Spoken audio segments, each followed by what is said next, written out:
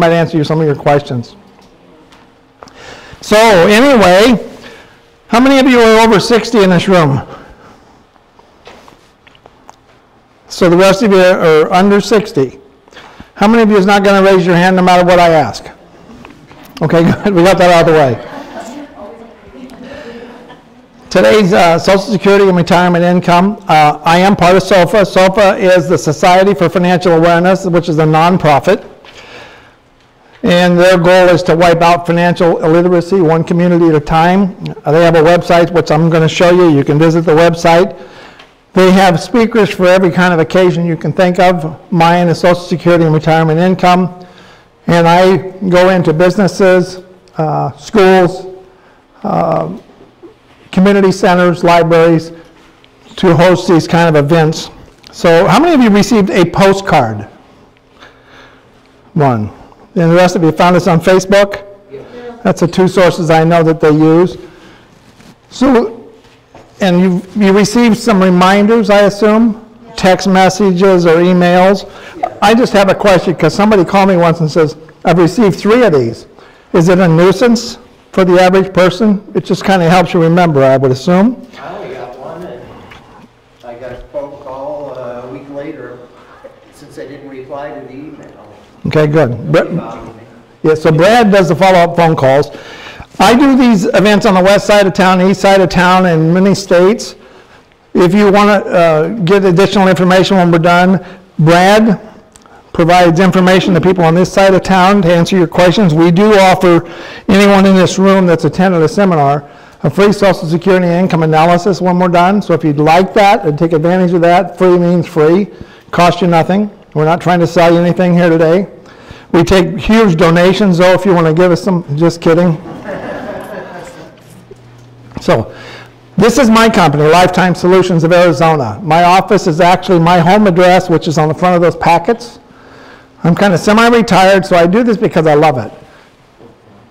I work with people. I do a lot of the analysis myself, and I work pretty closely with people that specialize at Social Security for answers that you may need that I don't have. Because Social Security is very complicated, which you might figure out here in a little bit. It's impossible for anyone, including myself, to have all the answers. Not that I didn't know them at one time, but I may have forgot them, and I don't want to give you a wrong answer. So that's a plus for you. You can visit our website. You can find us on Google, too, if you just search Lifetime Solutions. My mugshot's on the page there. And you can go to our website or Google to see events that we have scheduled. Like I said, this is my home address. My son helps me out on the east side of town, but he's a full-time employee at State Farm. He's an analyst for State Farm, but he's worked with me since high school, so it's kind of nice to have him to help me. Not only that, at some point when I decide to not service people anymore, I have a son and daughter that will fill in my place too, because I'm probably not going to outlive most of you. We don't know. SOFA stands for the Society for Financial Awareness. Their website looks like this. So if you ever need a speaker for any kind of a group you might be associated with, you can locate a speaker there. I happen to be one of the speakers. It used to be just 4 of us in the valley, and now there's about 8 or 9 for the different topics and the different events. I ask you about this, so if you take a minute to put the library at the top and today's date. When I'm done, you don't, of course, know now. If you found this helpful, just check yes. If you check no, I'll tear it up immediately and throw it away. I'm kidding. This all goes to SOFA. Today, I threw this in here just because it's a pretty important topic. How many of you have a trust? How many of you have at least a will? Okay, so you want to make sure you have one or the other. Because if you don't, and you die, and you own any assets, the state will write a will for you. What do they know about you or your family? So you want to make sure you have a trust or a will, and then if you have a trust, make sure you understand it. A will is going to be probated by the court system, because you wrote a will, and a will is actually probate's official document that says it has to be proven in a court of law. The problem with a will is they're very easily contested. I'll give you an example. Do you golf? No. Who golfs in here? So you and I are out golfing. and you hit a bad shot and you say, I hate this club. When I'm done, you can have my clubs. When I leave this world, you get my golf clubs. So something happens to you, and I go to listen to the reading of your will in court, and the judge says, does this pretty much sound right to all the beneficiaries? I said, well, all except for the fact, sir, we was out golfing, and he told me if he died, I get his golf clubs. And they're a nice set of golf clubs. I want those golf clubs. What did I just do? I contested his will. So nothing can move forward until that part of it's settled. So what happens is the kids are just going to say, give him the damn clubs. That happens a lot. A revocable trust is one of the best documents to pass your estate to your heirs without the court system. The reason I wanted to talk about this today, and there was a few of you that had a trust, most of us think that when we die, our trust just goes to the kids. They just take over. Or our trustee takes over, right? No court. And that's true, except something has to happen. They have to, first of all, obtain a copy of your death certificate, and then they have to take your trust with your death certificate to all of your holders of your assets to say, I'm now in charge. But I can't do that, or they can't do that until they show that you're dead and that they're going to take over. Plus, they have to go on, them or an attorney has to go on to IRS website to apply for a separate tax identification number for your trust. Because your trust turned from revocable, that you can change anytime while you're alive, to irrevocable. And so it has a separate tax ID number. That's the main thing I wanted to cover there. I answer any questions for anybody anytime, by phone or in person. So you can always call. What I tell everyone is to educate yourself, and then educate your successor trustees, those who will take over when you're gone. If you have a trust, people say, well, Mike, I have a trust, so everything should go right to the beneficiaries. And that's true if they know where to find everything. That's why you want to make sure also they have some kind of an inventory to say, I have this, I have that, and here's the account number. You don't have to let them know that while you're alive, but tell them where the trust is so when you're gone, they can go find all your assets. So educate them if they're taking over when you're gone. Regarding Social Security, we all know it was originally formed in 1935. Does anyone know why Social Security was created?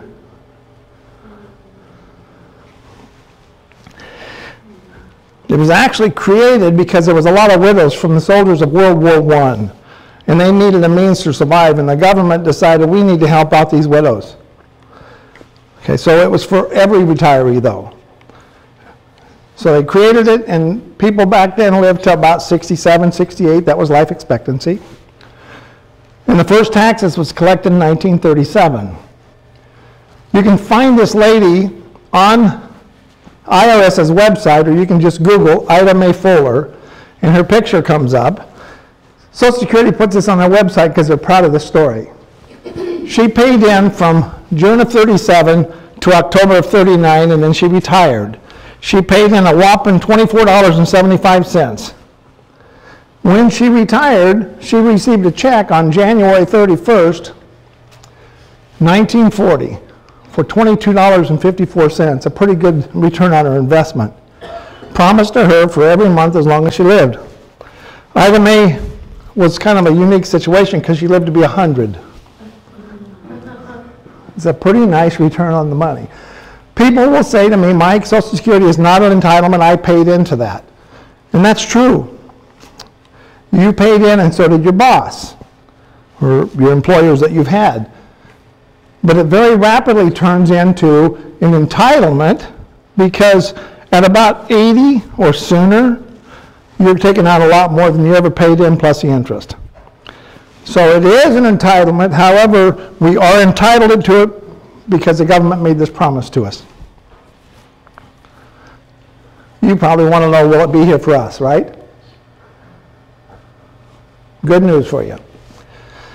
There's enough money in Social Security to take care of everybody that will become Social Security age for the next 17 years for sure.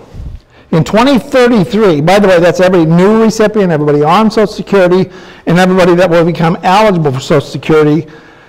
However, over the next 17 years, there'll be 10,000 people every day for the next 17 years that turn 62. That means there's also 10,000 people a day, they'll turn 63 and 64. So this kitty of money that's held by the Treasury, the Social Security Fund, is okay until 2033. What happens in 2033? They're going to start running out of money. I'm going to explain how this works. There's 4 separate trust funds that hold our Social Security money. Out of every paycheck, they hold 7.65% out of our check. And the employer equals that. That money goes into 4 separate trust funds. First of all, I need to tell you, 1.65 goes directly to Social Security. That's for our Medicare. So that goes to Medicare out of every dollar you ever earn. The 4 separate trust funds go to Social Security into these 4 trusts. The old age and survivors, which is regular Social Security checks. Disability is where you're receiving your check from. And then hospitalization and Medicare Part B and D. So out of that 7.65 that's broken down into these 4 trusts, with the bulk of it going into the old age and survivors insurance trust fund. And then a little bit into the others. And then the Treasury has to report to Congress every quarter how your money is doing. Michael, would you see if you can adjust that error? So the dark blue line is how much money they're paying out, and the light blue line is or light green line is how much money they're bringing in. What's happening in the last few years? They're starting to cross over. The reason being is there's more people retired now, and there's more people turning 62 every day. This is the baby boomer era. So this is the reserves that was in the trust funds on December of last year. And this is important for this reason. They have to report to Congress how much is there, how much is brought in, how much is going out. There was still $2.7 trillion in December, $32 billion in disability, $193 billion on hospitalization, and so on. The problem that happened, we remember they passed what's called a bipartisan act. Remember hearing all about that? That was passed on October of 2015, overwhelmingly by both parties. And it had to be done, and it had to be done quick, so it could be signed into law. Otherwise, everybody this year on disability would have taken a 25% cut in pay. Would have had to happen. I'll show you why. Because of this bipartisan act, signed into law by Obama 2 days later, and they changed some filing strategies. The filing strategies for us, anybody in here that was 62 before January of last year? 62. So everybody's younger than that. So everybody in here is born prior to January 1, 1954, or after, right? Okay, so you lost the 2 filing strategies. The filing strategies are the restricted application and the file and suspend. Those are 2 unique strategies that was available. I'm old enough where I can take advantage of the restricted application. I wasn't old enough where I could use a file and suspend, because I had to be 66 before April this year, and I won't be 66 till December. However, my wife and I both can take advantage of the restricted application. I'm going to talk a little bit about that. Next of all, they changed the amount of money that goes into disability in the other 2 trust funds now because they need more money in disability fund. And they also took $150 billion out of Social Security fund to go into disability, so people on disability didn't have to take a pay cut. Here's why. This is the reports from December of 2014. There was still $2.729 trillion in our Social Security checks, $60 billion in disability. I'm not going to talk about those others, just these 2. So the income they brought in last year was $801 billion and $118 billion for the respective funds. This is what they paid out, so there was still a plus. Disability paid out 146, so there was a negative. Now, is this boring you? Because here's what's really important. The carryover for 2016 was $32 billion in disability. So let's use the same assumption of payouts. And there's people dying and people coming on.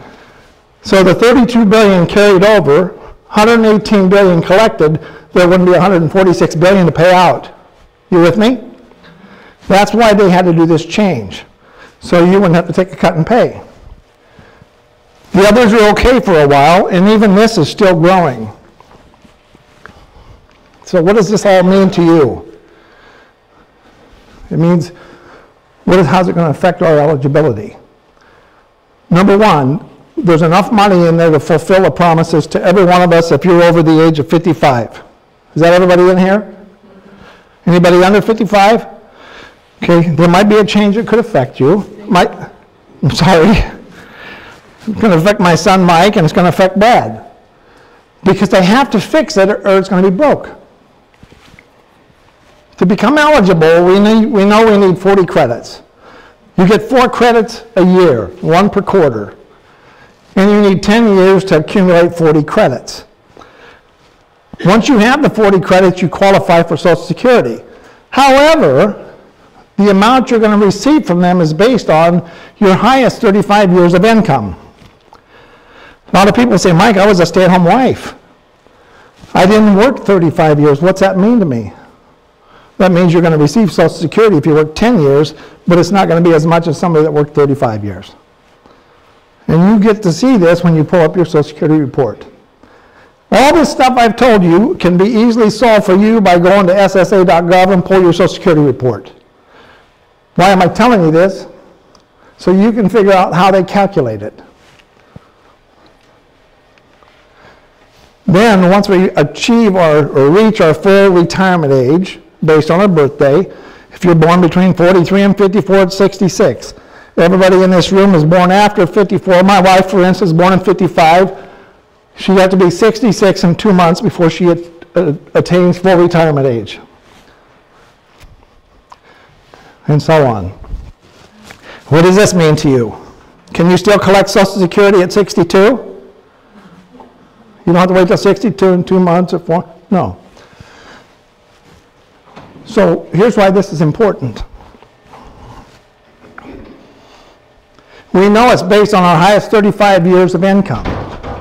So if we worked 35 years, they're going to take all those 35 years and do an index to calculate how that breaks down to what you would receive.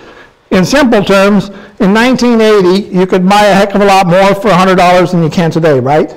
So they have to break that down to see how it matches up to figure out this index, so they know how much you receive.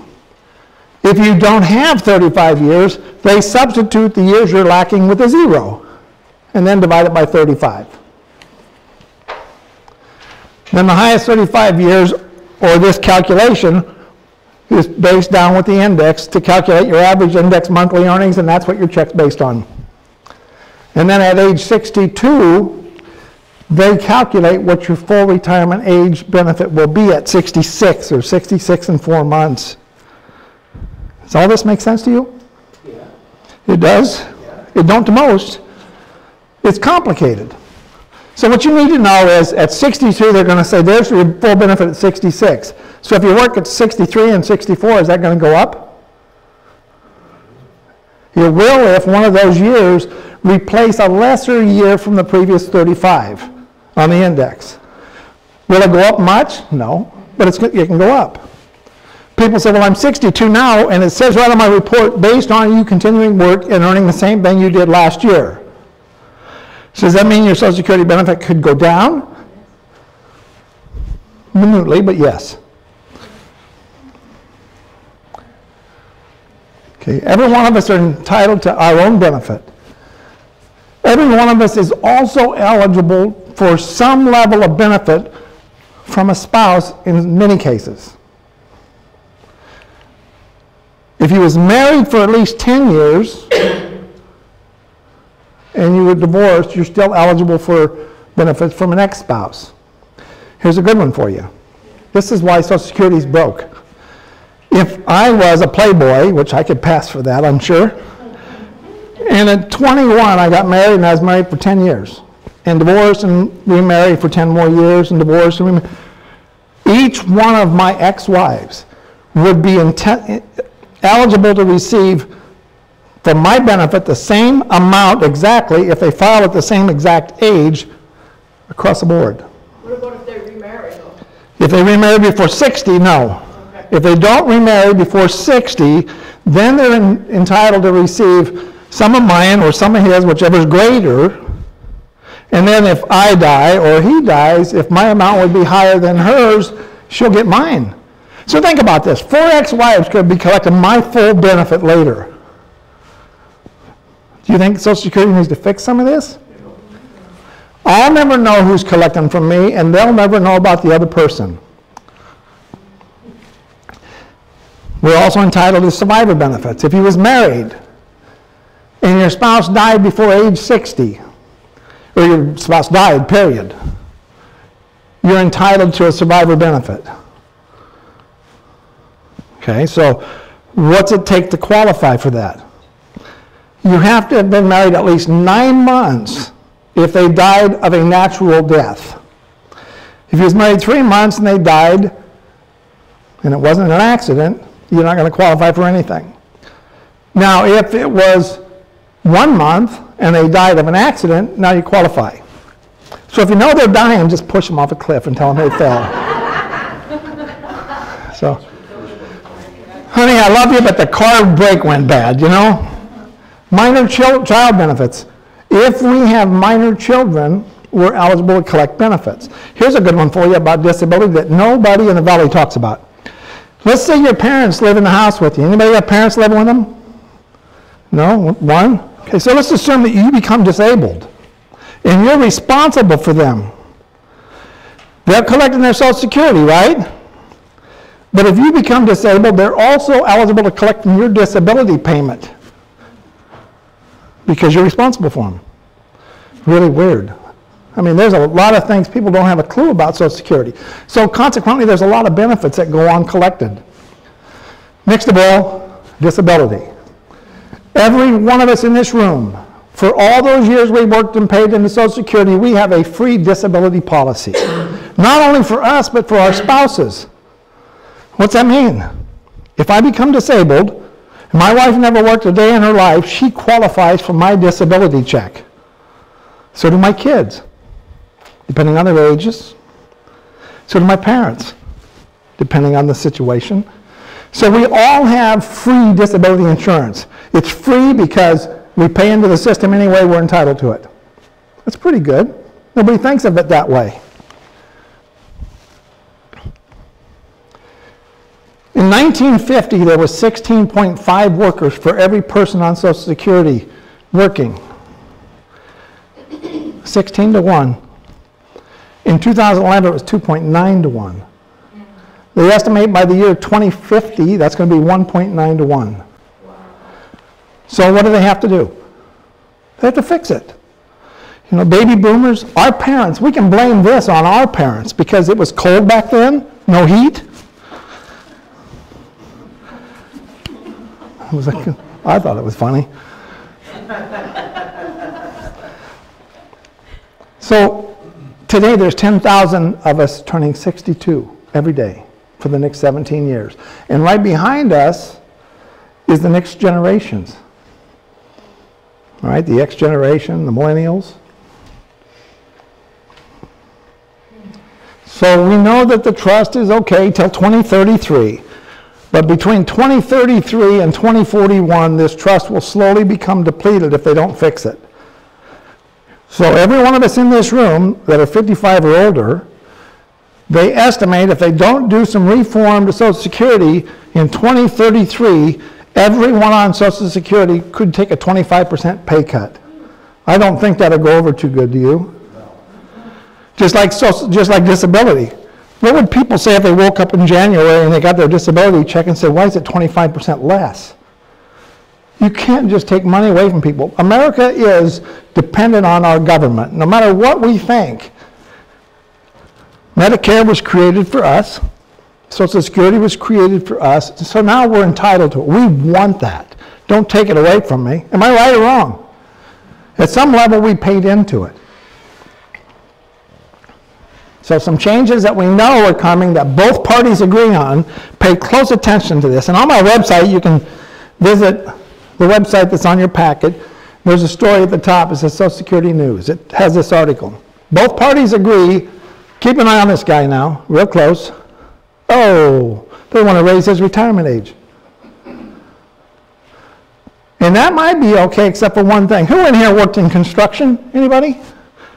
Construction. By the time you're 62 years old, you're probably pretty well broken down.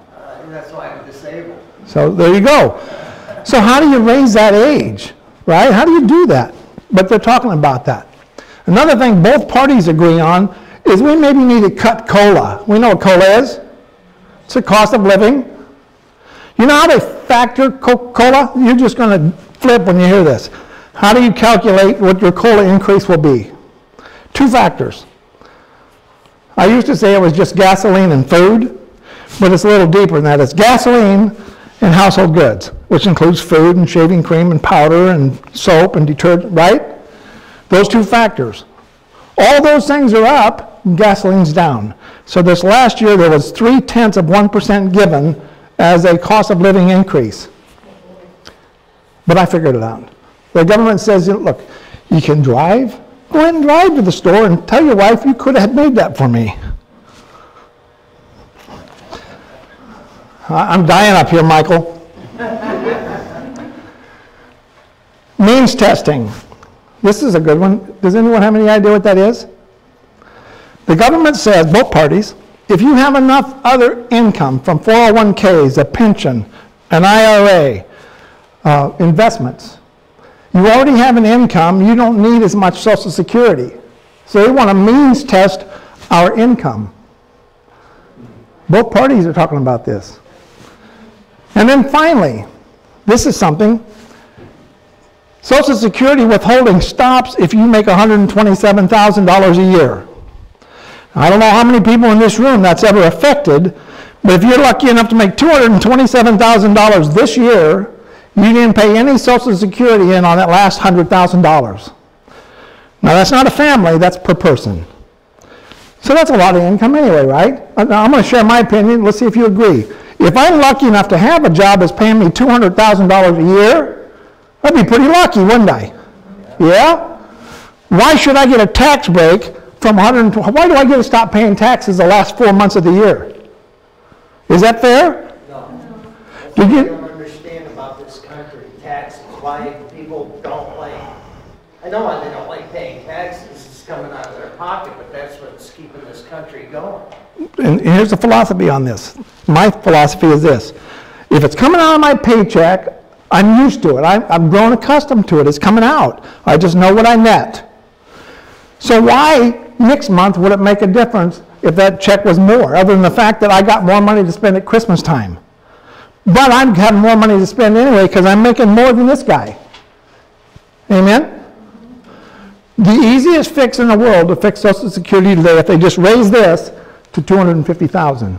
If they do that alone, we're good till the year 2050. But that's too easy, right? Parties won't agree on that. Because it has to be one party or the other's idea, because if it's the other party's idea, they're going to say, and we go along with you, we're going to get voted, we're not going to get back in office, or we're going to get voted out. So it's all about politics. So what can you expect? It depends on when you file, what you're eligible for. Are you married or are you single? Was you married? Are you a widow, widower? And then you need to know how to pair it with your other assets. Does everybody in here know what I'm talking about? If all you have is Social Security, and you're here today to say to me, Mike, I need income, shall I turn it on or not? What's the answer? Help me out, that's easy. If you need income, what's your choice? Turn it on. I can't do anything for you. But if you have other assets to go with it, you want to control Social Security so you can control how much more you'll get later. I'm going to show you a couple stories. If you file at 62 years of age, first of all, you're going to leave a lot of money on the table because there's literally hundreds of filing options available. Hundreds. 547 is what it was until they removed those 2 filing strategies. If you file at 62 years of age and you're a married couple, you'll literally leave hundreds of thousands of dollars in benefits on the table. You believe that? Has anybody ever seen the Social Security analysis? No one? You guys probably want to get to know Brad or myself. Promise. The government will guarantee each and every person in this room, with the exception of this young lady, the blonde, and you're probably still okay, but my son, Brad, and what's your first name? Elaine. That's my ex-wife's name. That's easy. There we go. Maybe that's too easy. Where have you been? So 76% more by waiting from the age of 62 to 70 to start. And so many people say to me, Mike, my dad died at 65. Why would I not want to take my benefits now? I'm going to show you why. But I'm going to show you why more particularly if you're married. How many single people in here? Okay, your situation is a little different. But you still have these same guarantees. So here's some facts worth knowing. If you're a couple, age 65, there's a 92% chance that one of you will live to be 85 years of age. And that one of you also have a 50% chance to live to be 92. We're living longer. So if we don't have the right kind of an income when we lose a spouse, we've lost some income already, right? I'm going to show you that too. So you want to work as though you're going to live forever and hope if you do, you're healthy. So when's the best time for you to file? Is it 62? Is it 66? Is it 70? 67? Who knows? Only you and your assets can answer this question. Because it depends on what your wants and your needs, your health, your family longevity, your marital status, your lifestyle, your pensions, your IRAs, and your savings. With these things, you have other alternatives to rely on. Amen? So, plan for your spouse. So for the single people, enjoy this conversation for a minute. How many of you are widows? Not widows? Okay. So, widows, a lot of time, are going to lose something when somebody dies. What is it? It's income. So what happens when one spouse dies? A possible pension loss. Let's say the husband said, I have a pension, I got it from Honeywell, and I elected to take that full benefit, so I'm getting $1,500 a month. And I'll ask him why. He says, well, I could have got $1,200 a month, and then my wife gets that, but that's giving up $300 a month. What happens if she dies before I do? Well, I said, well, wouldn't that be sad? Because the truth of the matter is, one of you is going to die, and we don't know who. So you just want to make sure any income you have coming to you from a benefit, like a Social Security check or a pension fund, you can pass it to your spouse. Does that make sense? I'm going to show you why it makes a lot of sense. Next of all, there's going to be a Social Security reduction. If the breadwinner dies, the spouse that has less will get the full amount of the spouse, the deceased spouse. Automatically. Even if you're divorced, if you didn't remarry before 60.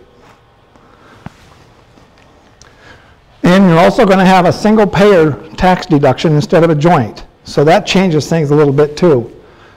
These are all things that we need to think about. However, a lot of people will come to me and say, Mike, I want that Social Security analysis you promised me.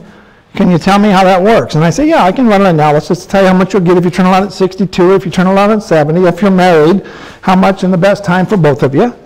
That's important to learn how to maximize it. But the only way 9 times out of 10 you can maximize it is you have something to subsidize it.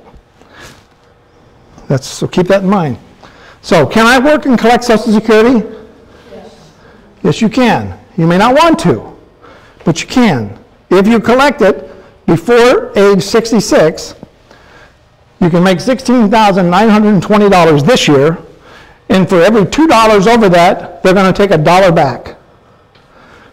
Example, you make $26,920. You made $10,000 too much, they're taking $5,000 out of your Social Security checks. That's unarmed robbery. It's what? Unarmed robbery. Well, no, it's armed. It's armed. They told you they're coming. Okay? Now, the year you turn 66, this is very interesting. So let's say I am 65 right now. My birthday's not till December. So I can make $44,880 this year and not lose anything. But if I go over that, for every $3 I earn, they're taking $1. Now, if my birthday was January 2nd, It's the same thing. I can make $44,800 that year and not pay any penalty. So it's important that you kind of get this adjustments, and don't rely on your CPA for these answers. I promise you, CPAs don't know anything about Social Security.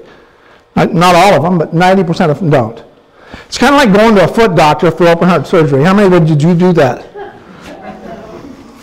You could get an opinion from him, but he's probably going to say, yeah, you're fat, lose some weight, right? That's what he tells me. You said you have it up there what you could make at 66 years of age and still get your Social Security.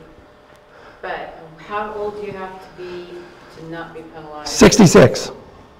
After you turn 66. So up until 66, up until 65, you're limited to this. The year you turn 66, you're limited to this, $44,880. Once you turn 66, there's no limit to how much you can earn. You're not going to be penalized. There's a difference between penalized and tax. Do you understand that? Taxes is not going to directly take money out of your Social Security check. You don't have to pay something back. You're just going to pay taxes on a certain percentage of that income. So you would, if you made $44,880, you would pay taxes on that, but not the Social Security? No. Up to $44,000, married couple, $44,000, they're going to take 50% of this figure and add that to Social Security. 50% of it. After $44,000, it's 85% of that figure and add it to your income. Don't want to get too deep there. I'm not an accountant, but I can give you some advice or some suggestions on that. Okay? So Social Security is either not taxed at all because your income's too low, or at one threshold, a married couple up to $44,000, you're going to pay zero taxes up to $44,000. Taxes. Okay? After $44,000, I'm talking about on Social Security. After $44,000, then Social Security is taxed at the rate of 50 cents on the dollar up to the next level. What does that mean? They take 50% of your Social Security income and add it to your base income, and that's your new adjusted gross income. You with me? You're not losing 50% of your Social Security, but 50% of it is added to your taxable income. Okay, I get it. Okay? That makes more sense. I'm not supposed to make sense. I'm just supposed to throw numbers out, that's all. Did you know people that give you statistics are 99.2% wrong all the time? Get that? So here's why it pays to plan. Think about this. So let's assume you're 66 today. You said, I'm going to take my Social Security. You get $1,000. That's good because if you'd started at 62, you'd have gotten $750. You'd have taken a 25% cut in pay, yes? 25% less. For each year you wait past 62, this figure goes up 6.5%. Guaranteed. Plus. What's the plus? No, it has nothing to do with that. That's income. Plus any cost of livings they gave out during that same time. 0.3%? Well, this year, yeah, 0.3.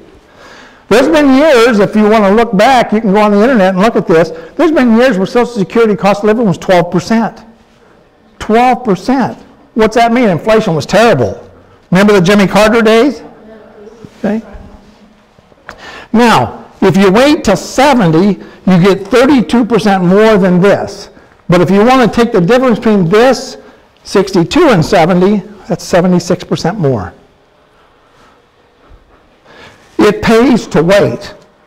So think of it this way. This is guaranteed 6.5%, 6.5%, 6.5%, 8%, 8%, 8%, 8%. Are your investments earning that? Yes. They are? If your investment's earning that, I want to talk to you. Now, the last 8 years, I'm going to tell you this right now, there's a lot of you in here that's probably been making a lot of money in the market, if you're in the market. But here's what people, in fact, there's a little deal in there. It's called a perfect plan. People in the market, when you start telling them, we're going to get a correction, well, I'm not making that up. All the specialists are saying that. They're saying, yeah, I know, but I'm doing pretty good right now. I was doing really good in 2000, right? From 2000 to 2002, from 2000, it took from 2000 to 2006 just to get back where I was in 2000. Think about that. In 2008, and keep in mind, from 2009, the market's gone straight up. We haven't had a correction, right? So from 2008 to today, the market's up, I think, what is it, 290%? How many of you made that much? Not very many. Why? You're paying fees, right? You're paying commissions. Yes? These things chew up your retirement. Not only that, you pay fees and commissions when the market crashes. So not only did you pay fees and commissions on money you earned that's gone now, but you're also at 65 or 6 when you want to retire, you're going to draw from money that's less than you had invested that you paid taxes on. You with me on that? Here's a story of a couple. Gary was 66 and Linda was 63. They came to one of my events down at Ironwood Library in South Phoenix. This is last October and November. And Linda came up to me at the end of the seminar and she says, Mike, I heard you right. I know I did. I'm 63. I'm not going back to work so I can start my Social Security now. And if I do, I won't pay any penalty. I said, no, you won't. She said, what? My husband makes a lot of money, though. Does that make a difference? I said, no, because your records are your records. His records are his. She says, okay, I'm going to start mine. So Gary piped right up and says, okay, fine, I'll start mine. That could make sense, but I said, Gary, didn't your wife just say you make a lot of money? Yeah, he works for Intel. He makes $130,000 a year. And I said, Gary, are you still putting money in your 401k? He says, yes, I'm max funding it. I'm putting $22,500 in and Intel's matching 5%. I says, then why the heck would you want to turn this on? He says, because she is. Right? It's a tit for tat. This is a man, right? Tit for tat. She is. I said, what are you going to do with this money? So I can pay my boat slip? And he's going on about the things he could pay. I said, well, Gary, you might want to think about this. Let's meet. I promise you a free consultation. If I stand here and try to give you answers today, I don't know enough about you. And think about this. If anybody can stand in front of you and tell you I have all your answers today, just close the door and make sure they're on the other side. Because nobody has your answers unless they know something about you. So I says, Gary, let's talk. He says, well, that's $44,000 a year. That kind of come in handy. I says, you have any debt? No. Your house paid for? Yeah. I said, what do you need this money for? He says, because she's going to travel. She's going to spend this money on travel with her sister, and I'm working. I says, do you want to travel? He says, no. He says, so it's okay with me. So her and her sister, in fact, they're in Paris right now. Well, they're over in that area anyway. So her thoughts was she's going to spend this money to travel with her sister so they don't have to spend their savings. I said, well, that could make sense. So when we met, we have in your package, you have a form there. It's called a retirement questionnaire. If you want to, when we're done, I don't want anybody to do anything today. If you want to meet with Brad and you fill that out, he can kind of help. And here's what we did for these folks. I said, Gary, here you're at the perfect age where you can take advantage of some specific strategies. So think about this. If you hold off filing right now, the government will pay you $32,688 between now and 70 to wait. He said, why would they do that? I said, that's called a restricted application. So they're going to pay you to wait. What does that mean? She turns hers on so he can open his records and say, I don't want my check, I want mine to grow 8% per year. But while it's growing, I want half of hers. Now, if you're good with math, half of this is like $560, right? Take that times 12 and then take that times 4. That comes out to $28,000. So why is he getting more than that? Because he gets 1/2 of what she would have received if she waited till 66, because Gary is 66. Now that gets complicated. But this is why it's important to know what your options are, because once you file for Social Security, that's taken, it's done. It used to be you could pay it back and start over. You can't. That's gone. That option's gone. So I says, Gary, let's just go 4 years out. In 4 years from now, Gary, you'll be 70. And let's assume they give you no cost of living. So in 4 years, Linda's still getting $1,136 a month. But Gary, you got $900 a month more for waiting. And while you was waiting, they give you this. So Gary, that means now you have $10,000 a year in lifetime income. So Gary's first question, what do you think it was? Help me out. What goes through your mind here? Sign her up. Well, no. Sign her up. Yeah, let her go. I want her out of here.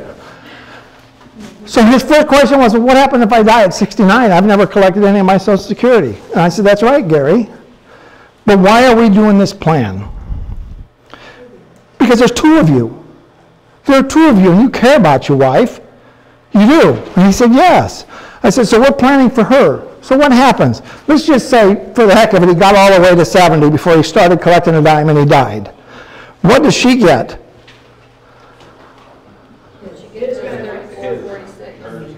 He gets this. She gets this. If he'd have started it at 66, what will she get? And she loses this. Are you with me? It pays to plan. So everyone in this room has some advantage that you can take from a spouse. But doesn't that happen only if she has not started hers? Has nothing to do with it. Nowadays, she has to start it. It used to be he could have done this without her starting this. Can't do that no more. So now, once she starts this, he could freeze his at the time and take half of hers. There's a lot of changes, though. So what I'm sharing here is one story, and I got dozens I can share with you. This story, to me, I think, says it all. And why did I recommend this? He has income. He's still working. He has a huge 401k. She has a 401k. I says, you don't need any of this, really. I says, in fact, if I was you, I'd probably wait till you're 66 to her. And she says, I'm not gonna. I don't want to dip into our savings. So it's kind of like telling a kid, don't touch that. What do? They touch that. They turn into MC Hammer, you know. So this worked out good for them. So on their spreadsheet that I showed to them, these folks had so much money later and so much income later, they couldn't see how it worked. You see, folks always think we have to gamble at this phase of our life. How many of you are still working again? Okay, how many of you are doubling up your 401k or IRA contributions? Okay, so we're getting to a point here. Mike, how are we doing on time? About 50 minutes. 50, okay. I'll be done for sure by 4. I know I will. Okay. So it's important to improve or increase our benefits if possible. And we can do that by using things like delayed filing, restricted applications, a previous marriage, deceased spouse, disability, or if you've lost a spouse and you're living with someone, and you're like a lot of people say, we're not getting married again, then you need to work on blended income. How can you blend your income to improve the lifestyle of both people? I tell people, this is a disgusting looking guy, isn't it? That's me. No, I'm kidding. Anyone that's still working should start a 5x5 plan right now. 5x5 plan, if you're working, is this. Either 5 years before retirement or as close thereto as possible. Start now by figuring how much you need to live on. If you know exactly how much you need to live on, then you have a lot of room. And then the next 5 years, you want to figure out, is it working? So that's 10 years, and you guys are saying, well, I'm 63. What the hell, I'm 73 before I know what's working? No, you'll know before that. But a 5x5 plan, if you're working and you have any time before retirement, you want to do this. The 5 years before retirement, start doing things like you're 59 and a half. That's the first rule. You're working. You've got a 401k. You want to flush that 401k. Anybody know what I'm talking about? You want to get that thing out of there and put it in your IRA. Why? This thing is subject to risk and lousy options for investments. True story. All 401ks only have 5 or 6 or 8 things you can do. Not a lot of good features and a lot of fees. So if you take that out of there and move it to your IRA, whether it's to the bank or something else you can control your level of risk, and you're starting at 0 again. So you've locked in what you have. You know what you got to work with in retirement. Next of all, you want to continue contributing because as long as you're working, your 401k is still open. So you put in money and they're matching. For every dollar they match, and you're not putting in at least that much. Some people can't because they don't have the income. But put as much as you can, because if they match more, that's found money. You doubled your money on that portion of your money. There's no market, no investment that's ever going to do that. And then once a year, if you're going to work longer, every year, you flush it again. Move it into your IRA. Get out of their risk. Control what you have. Does that make sense? Help me out. Okay. You guys are alive. I had to find out. So here's what you need to do to find out if you can afford to retire. You first of all have to calculate what you need for live-on money. What is live-on money? You know that. It's a paycheck. A paycheck pays the bills. If you know what you need to live on, that's paying your health insurance, your car insurance, your home insurance, your doctors, your household expenses, your automobile expenses, food, clothing, you can name a dozen other things. You need this, because if that's your lifestyle, you have to have this. If you have anything left over, you have what's called play-on money. Play-on money is for the movies, it's for the travel, the family, the gifts, the kids, whatever you want to spend your money on to play. Because the last thing you want to do, if you're limited in money, don't give it all to the kids, guys. We're guilty about that. And I know there's a lot of people in this room that's doing that.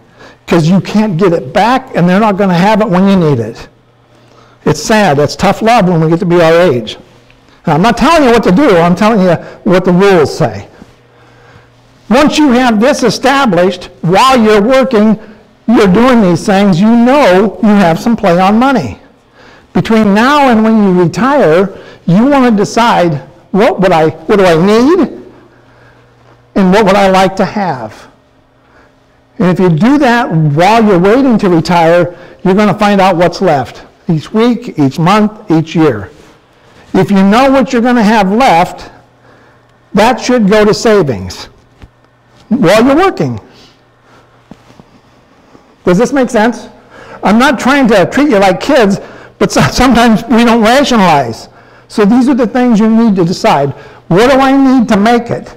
So on the Social Security report, if you want an analysis, there's a thing that says, what do you need now and what do you need in retirement?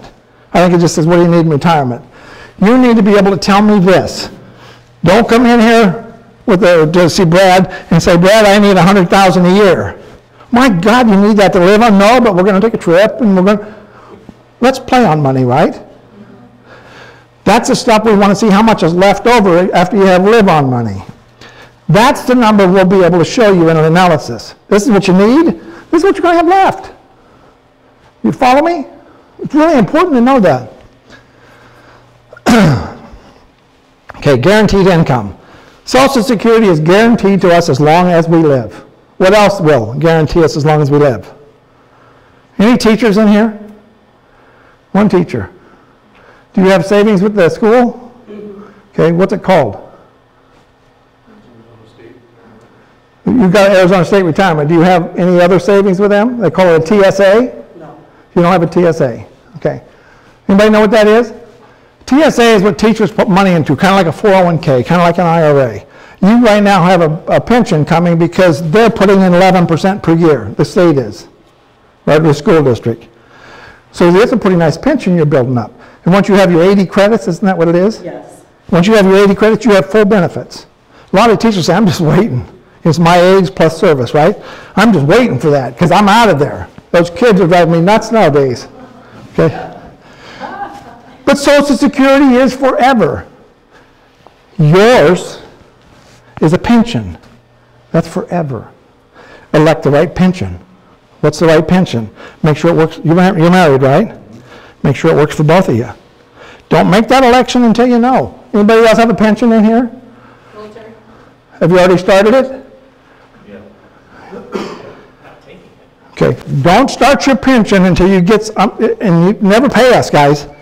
We'll give you some pointers on that because that's the thing you need to figure out your life payout, what you're going to have, so maybe you can defer Social Security. And then you have the right option, so if you die first, your spouse has something. Did you elect a full pension? Military. Oh, well.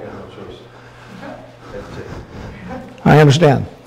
So, next of all, TSA, it's called a tax sheltered annuity offered by government for government employees and state employees. It's where you put money in every year yourself. I'm going to fund it now so that once I retire, I have options. If I die, my kids get all that money. My spouse gets all that money. They're going to pay taxes on it because you never pay taxes on it. So you deferred taxes. That's why they call it tax sheltered annuity. So now, if you take it as a lifetime payout, they can never stop paying you. Even if this pool of money is gone, they can't stop paying you. So those are the three things that can provide you income you can never outlive.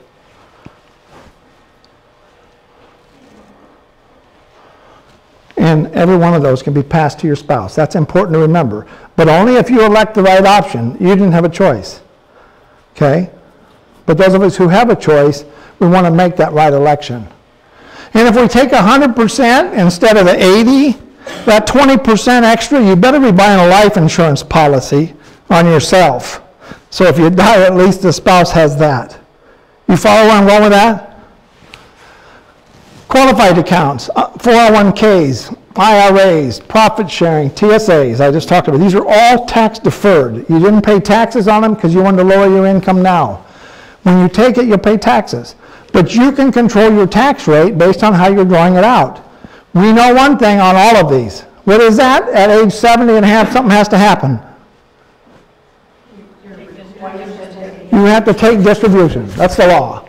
So your goal is to make sure that maybe the tax sheltered, or excuse me, the mandatory distribution will sustain your life. So you have extra money there available. And if you're lucky, still growing. Here's what I ask everyone. We all have these, not all of us, a lot of us have these things. Is yours insured?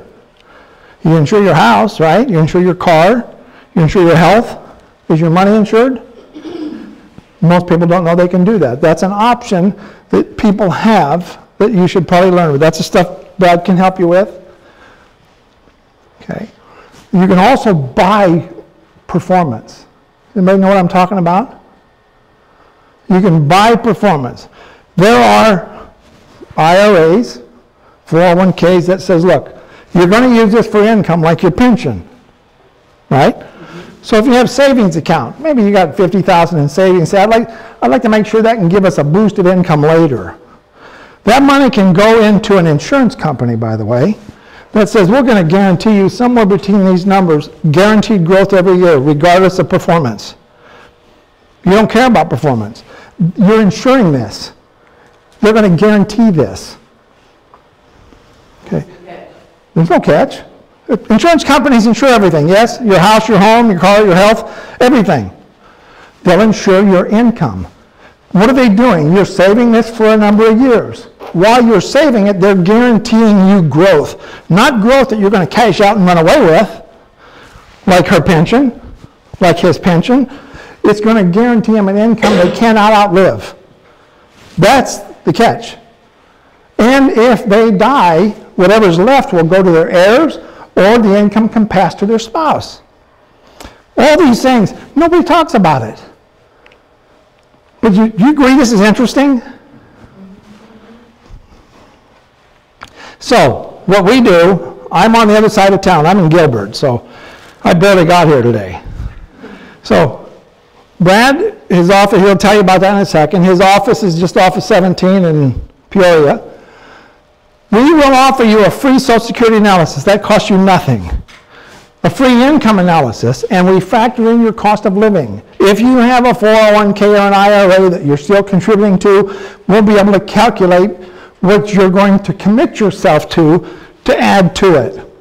Now, you're in a phase in your life where if there's any money left, some of it should be committed to that. Yes?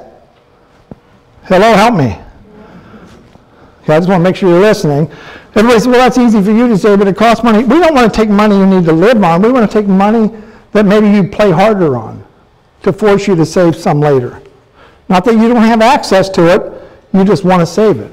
Here's what you need to remember. Once you're 59 and a half, any money you have in your 401k or your IRA, your 401k, your TSA, all those things, you can go get the money. It's yours. You just pay taxes on it. But protect it. We'll do this complete analysis for you. So here's what we do.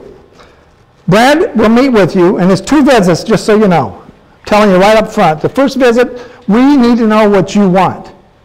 What is it you're trying to accomplish? If all you have is Social Security, and maybe you're a married couple, we're going to say, well, why don't you take yours now because it'll pay for this one to wait. We'll show you the best advantage you have. Okay? But if you have other stuff to go with it, we'll tell you how you should make it last. What do you want to calculate that you can earn on your money from here for the rest of your life? Help me out. How much? How much should you earn on your money today?